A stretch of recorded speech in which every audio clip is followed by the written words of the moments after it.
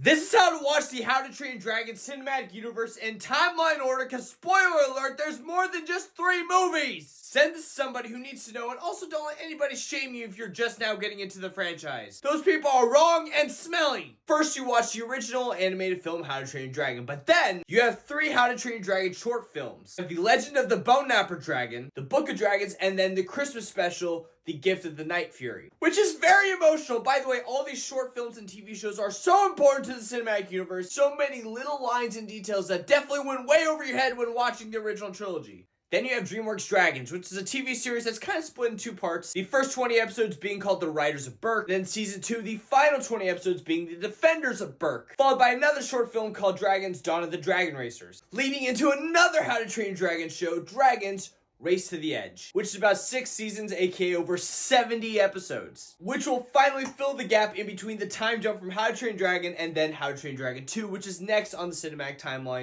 followed by the finale of the trilogy, How to Train Your Dragon 3, The Hidden World, which is not as bad as people think. The final act of Hidden World is masterful and emotional. I cry every single time, but not to worry, because even though Toothless and Hiccup say goodbye, there's one final project after this. How to Train Your Dragon Homecoming, where old Hiccup and Toothless reunite. And everything's right in the world. I forgot to mention How to Train Your Dragon Snoggle Tog Log, which comes after Homecoming. And then set 1,300 years after Hiccup and Toothless, we have the 9 Realms. And then, of course, you have the live-action How to Train Your Dragon movie, which is going to kind of reset the entire cinematic universe. By the way, if you think Toothless is the cutest thing on this planet, by the way, if you will die for Toothless, you are obligated to hit that like button, just so you know.